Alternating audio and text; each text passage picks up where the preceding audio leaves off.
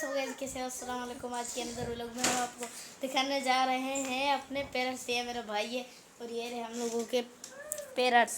देख सकते हैं जैसे कि ये रहा एक, ये घूम रहे, देख रहे ये बेचारा, और वो दूसरा सोया हुआ है। अभी मेरे भाई ने जगह दिया इसको। ये रहे, और दूसरा वाला ये रहा। यार ये बहुत शैतान है, ये बहुत शैतानी करता है मेरे छोटे भाई की तरह।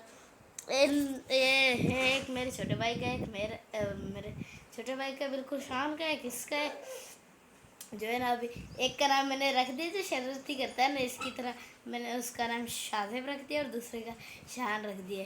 अभी हम आपको दिखाते हैं। ये रे यार पेरेंट्स। एक ये रहा मेरा भाई, अभी भी देखो इसको चिढ़ा रहा है। से आज के लोग में हम आपको पेरेंट दिखा दिए है। और कैसे हो आप सब यार? भाई लोग ठीक हो यार? कमेंट शेयर सब्सक्राइब प्लीज़ कर देना यार। 1 बिलियन सब्सक्राइबर करा दो ना यार प्लीज़। आज के लिए इतना ही काफ़ी। अल्लाह हाफ़िज़।